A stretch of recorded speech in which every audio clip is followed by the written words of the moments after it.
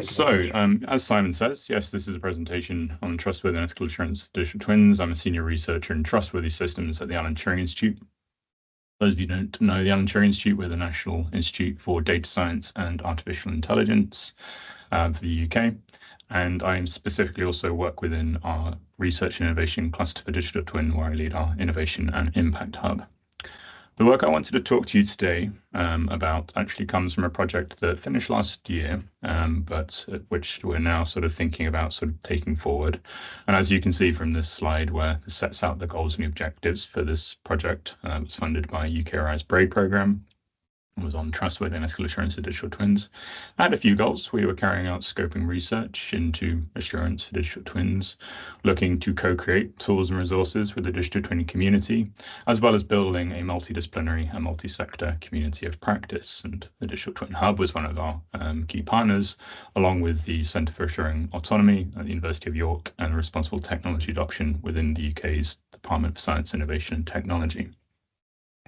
I mention this last partner specifically because a lot of the work that the DSIT, avoiding acronyms, Department for Science, Innovation and Technology, have been spearheading recently is very much about building the UK's AI assurance ecosystem.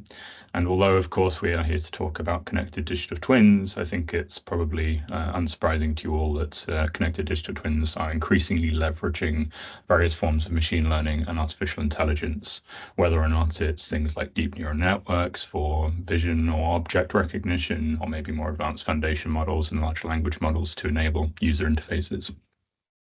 And a clear recommendation came from the recent AI Opportunities Action Plan that Keir Starmer announced a few weeks back to support the AI assurance ecosystem to increase trust and adoption by investing significantly in the development of new assurance tools. And this is something that we, as a Science and Innovation Institute, really want to make sure that we are supporting as well. We have a kind of responsibility to the National Institutes to provide some of those tools and opportunities to increase capabilities within the ecosystem. And to that end, the work that we've been doing is around trustworthy and ethical assurance, which I'd like to define as follows. So trustworthy and ethical assurance, or T, is a process of using structured argumentation to clearly demonstrate how a set of claims about some goal of a system are warranted, given the available evidence. That's the kind of concise, precise definition. But for those of you who may prefer a visual explanation, fundamentally an assurance case, which is what is produced by the process of assurance, looks something like this kind of toy model, a very simplified version of this, where you have a goal claim that serves as the sort of North Star for your assurance techniques and processes. So in this instance, you can envision a digital twin being used in health or healthcare, and we care about any predictions or outputs in this digital twin being explainable to patients. And what a process of trustworthy and ethical assurance does is helps people identify the set of claims that serve as the sufficient set to specify what we mean by explainable or sufficient levels of explainability in the context of a digital twin, maybe one that utilizes AI, and what evidence justifies those claims. And this is both a methodology that's been in use for several decades in safety critical domains, and is also where we've been working with the Department of Science, Innovation and Technology to try and build the capabilities within the assurance ecosystem in the UK, beyond roles such as, say, data protection officers or compliance officers, really helping build the assurance capabilities that the UK has. It's not just a methodology, however. We have built a tool, and I'm glad to say this is certainly not a sales pitch, as everything we produce is open source, Creative Commons license, and freely available. It's very much trying to build the capabilities of the UK's assurance ecosystem.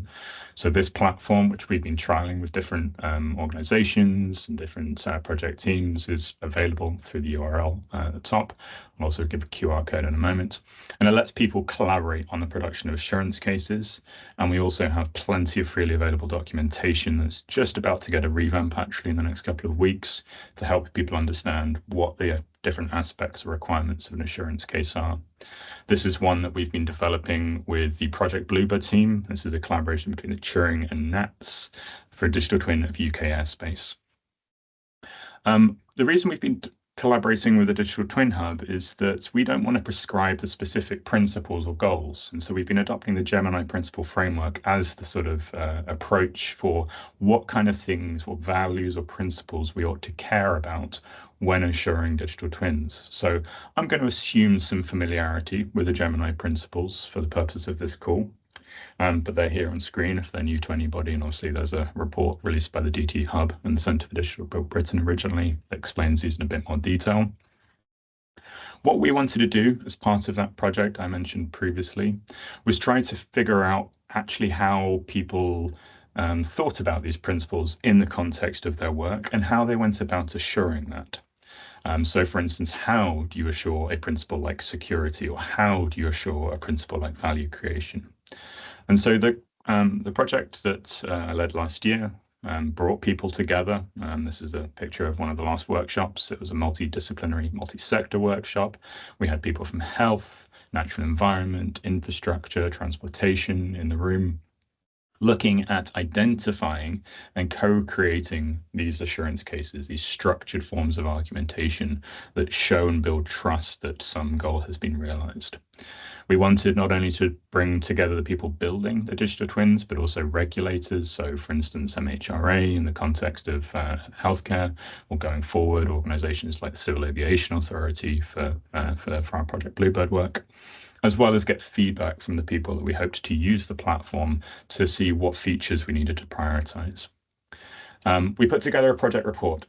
So if you'd like to dig into sort of this work in any further detail, you've got a QR code there now, which sets out the kind of some of the high level points and findings, including our discussion around the Gemini principles of the Digital Twin Hub, and several other workshops that we co-organized with Daniel and the team, as well as links to further resources that I won't have time to go through today, including obviously the platform itself. You may also, if you'd come along to previous Gemini calls, seen the results and analysis from a survey that we did with the Digital Twin Hub. A QR code here again takes you to a more in-depth analysis. So our report summarizes some of the high-level findings from our discussions with the community, but Sophia Rana also put together a much more detailed analysis for those of you who want to sort of dig into the results. This image here just shows, for instance, how people think about the Gemini principles on a kind of a quadrant here of least to most challenging to put into practice, and relevance of the principle along the left. And this has guided our work as well, because we're focusing on the top right-hand quadrant where you have most challenging but most relevant. And specifically, in case it's hard to see, the two principles that people identified in our survey were security and data quality. What are our next steps? So I'm co-investigator now for a project in healthcare developing a cardiac digital twin to help patients with pulmonary arterial hypertension, pretty rare and severe disease. And we're looking at how to understand different assurance requirements at key stages of a project's lifecycle. And to that end, we again have been partnering with the DT Hub, specifically Dan's work on the Gemini reference architecture, to try and see where these two platforms and methodologies can really kind of support and complement one another, leading to a very practical guide to assurance that, again, is hopefully available to people beyond, say, the largest organizations that already have very, very kind of well set QA processes. We also want to, again, continue to build open, freely available resources that people can use, that they can feed back into.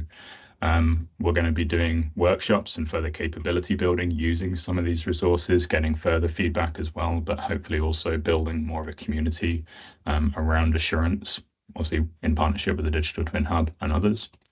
And also looking at providing some very focused case studies from our own work that we hope maybe other people can learn from. So not only, say, explaining our approach to security or safety in the context of cardiology, but maybe providing some more generalizable sort of assurance techniques that people can learn from in other areas as well, especially if we're moving towards an ecosystem of connected digital twins. A lot of the infrastructure we'll be building for our cardiac digital twin, we hope will be of interest for others as well. So just in closing, final slide. 10 seconds. Yeah, thank you. Final slide. We will be presenting at the upcoming Connected Places Summit on the 20th of March. We'll be talking a bit more about that cardiac digital twin for those of you who have a particular interest in healthcare. And just finally, in closing, the QR code again for the reports, which I believe Dan will put into the chat at some point, is available for anybody to read. If you have any questions, I'd be delighted to hear. Thank you.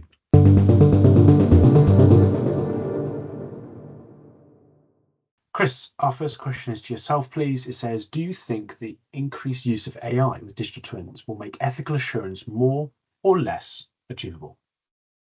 It's a good question. I think I will say two things very briefly on this. So first is, if you're asking that question based upon thinking of AI as the sort of the target of an assurance case, then I think, of course, there are going to be additional complexities, especially as we see a move towards multi-agentic type AI. In fact, even Yuchen's previous slide showed, I think, the complexity of the architecture of many systems, and where you're dealing with even just microservices, you have a lot of complexity around how you actually pick apart the actual requirements, and that's only going to increase, I think, as we move to much more complex forms of AI and maybe use multi-agentic systems and are fundamentally stochastic in nature. It's going to be very, very hard, but therefore a lot more important that we focus on that.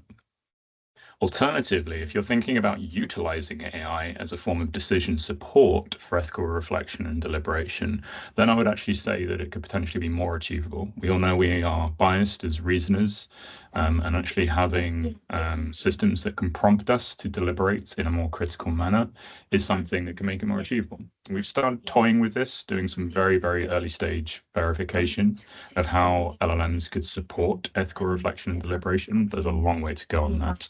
Hopefully that will provide some support for people that will make it more achievable, but it's early stage research for us at the moment. So depends on how you're framing the question. I'd say more or less depending on the target. Thank you. Our next question for yourself, Christopher, if I may, is what do you advise people to include by way of provenance information along with the data so that the TEA can work? Yeah, this is hard to sort of answer outside of a specific context. So the area I tend to focus on most is healthcare. And here, for instance, you could point to some very specific standardized forms of reporting. So for instance, if you were developing something like a prognostic or a diagnostic model, there's some very good standards, at least in a research context, that help, for instance, almost provide a checklist of the sort of things that you're expected, for instance, to sort of provide if, for instance, you're publishing research. So Tripod AI statement is a very common one as part of the consort network, I believe. Outside of that, I think this is where community standards are so important, and why platforms like the Digital Twin Hub can help kind of get us to the co-creation of those types of standards.